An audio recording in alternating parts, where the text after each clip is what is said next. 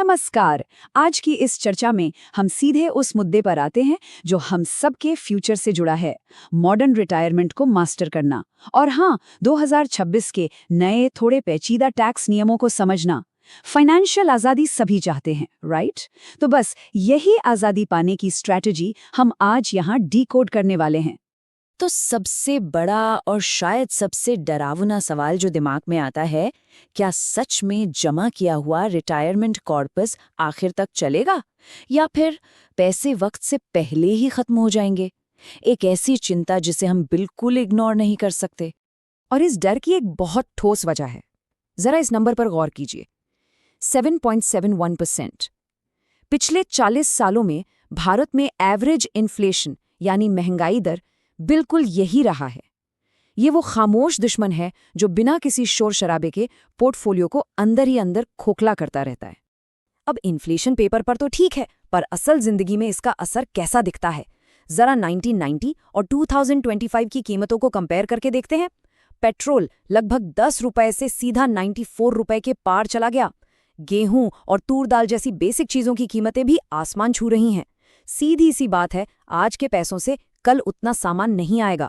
ये एक ऐसी कड़वी सच्चाई है जिसे हजम करना ही पड़ेगा। इसीलिए आज की इस चर्चा को हमने 6 मुख्य हिस्सों में बांटा है। हम शुरुआत करेंगे नई रिटायरमेंट रियलिटी और 2026 के टैक्स नियमों से। उसके बाद एफडीज, इक्विटीज और डेट का मुकाबला देखेंगे, मार्केट वॉलेटिलिटी को समझेंगे और आखिर में स्मार्ट एसेट एलोकेशन और steady post tax income generate करने के तरीकों पर आएंगे।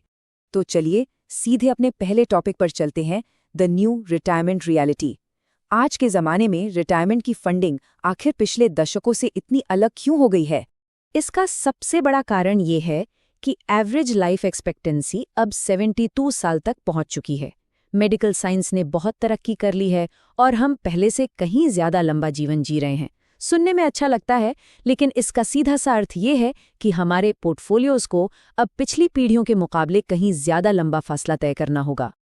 अब लंबा जीवन तो मिल गया, लेकिन इसके दुष्परिणाम भी हैं। प्राइवेट हेल्थ केयर का खर्च लिटरली आग की तरह बढ़ रहा है। भारत में पिछले 5 सालों में मेडिकल कॉस्ट इन्फ्लेशन लगभग 11% रही है। ये ग्लोबल एवरेज से भी ज्यादा है। फिक्स्ड इनकम पर चलने वालों के लिए ये एक बहुत बड़ा बोझ है जो उनकी सेविंग्स पर सीधा अटैक करता है। अब एक तो महंगाई और दूसरा हेल्थ केयर। इन सब के बीच आते हैं हमारे 2026 के नए टैक्स रूल्स। सरकार के इन नए आईटीआर अमेंडमेंट्स ने इस पूरी इक्वेशन को और भी ज्यादा पेचीदा बना दिया है। सबसे पहले शॉर्ट टर्म कैपिटल गेन्स यानी एसटीसीजी को समझना जरूरी है। नए नियमों के अनुसार अगर इक्विटी यूनिट्स को 12 महीने के अंदर बेचा गया तो तय मान लीजिए कि अब उस पर 20% टैक्स लगेगा। ये बेसलाइन है और यहाँ शॉर्ट टर्म प्रॉफिट्स पर अच्छी खासी मार पड़ने वाली है। लेकिन थोड़ी राहत की सांस लॉन्ग टर्म कैपिटल गेन्स या एलटीजी में मिलती है। अगर इन्वेस्टमेंट्स 12 महीने से ज्यादा होल्ड की गई हैं तो टैक्स 12.5% लागू होता है। और सबसे बढ़िया बात, 1,25,000 रुपए तक की गेन्स पर कोई टैक्स नहीं। लॉन्ग टर्म इन्वेस्टर्स के लिए ये टैक्स फ्री थ्रेशोल्ड सच में एक बहुत बड़ा एडवांटेज है। खैर, डेट फंड्स की कहानी बिल्कुल बदल चुकी है। 1 अप्रैल 2023 के बाद के किसी भी नए निवेश पर अब कोई इंडेक्सेशन बेनिफिट नहीं मिलने वाला। इन्हें सीधे शॉर्ट टर्म गेन्स माना जाता है और आपके इनकम स्लैब रेट के हिसाब से टैक्स किया जाता है। मतलब चाहे कितने भी टाइम होल्ड कीजिए, कोई एक्स्ट्रा टैक्स बेनिफिट अब नहीं बचा है। इन थोड़े सख्त टैक्स नियमों को देखने के बाद अब वक्त है एक आमने सामने की टक्कर का। चलिए एफडीज, इक्विटीज और डेट फंड्स के नए रूप का आपस में मुकाबला करते हैं। अगर यहाँ देखा जाए तो एक बात बहुत क्लियरली समझ आती है। एफडीज और नए डेट फंड्स अब करीब करीब जुड़वा भाई बन चुके हैं टैक्स के मामले में। एफडी पर हर साल स्लैब रेट के हिसाब से टैक्स लगता है और बिल्कुल वैसे ही नए डेट फंड्स पर भी बिना किसी एलटीजी बेनिफिट के वही स्लैब रेट अप्लाई होता है। दोनों पर ही टैक्स का भारी पेनल्टी है। और जब हम इन तीनों ऑप्शंस को एक साथ रखते हैं तो फर्क बिल्कुल साफ दिखता है।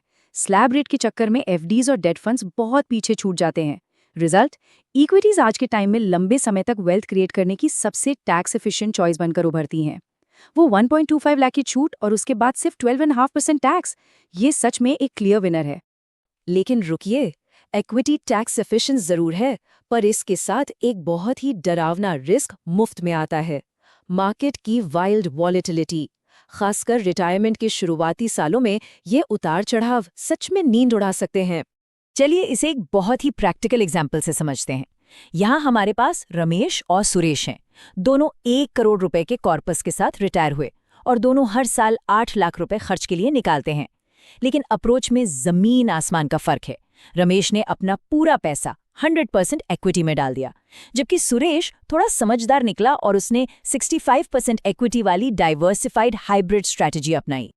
अब देखिए इस छोटे से फर्क का असर कहाँ पड़ता है।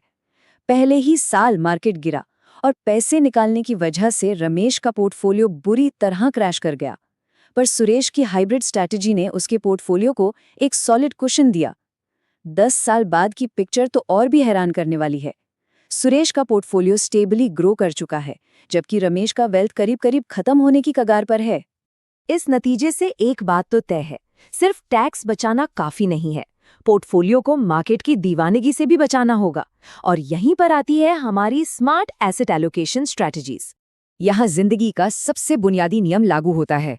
अपने सारे अंडे एक टोकरी में मत रखिए। हर साल अलग अलग एसेट क्लासेस अच्छा परफॉर्म करते हैं। कभी इक्विटी चमकता है तो कभी डेट या गोल्ड आगे निकल जाता है। इसलिए अपने रिस्क लेने की क्षमता और टोटल कैपिटल के हिसाब से पैसों को अलग अलग जगह स्प्रेड करना एब्सोल्युटली क्रूशियल है। और इस स्प्रेड को प्रैक्टिकल बनाने के लिए आती है बकेट स्ट्रैटेजी। ये काम कैसे करती है? अपने कैपिटल को अलग अलग टाइम फ्रेम्स में बांट लीजिए। पहले 1 साल के खर्चों के लिए पूरी तरह से लिक्विड फंड्स, 1 से 5 साल के लिए शॉर्ट टर्म डेट, 5 से 10 साल के लिए हाइब्रिड और 10 साल से आगे की ग्रोथ के लिए इक्विटी। ये अप्रोच आपको जरूरत पड़ने पर लिक्विडिटी भी देती है और आपके लॉन्ग टर्म वेल्थ को प्रिजर्व भी करती है।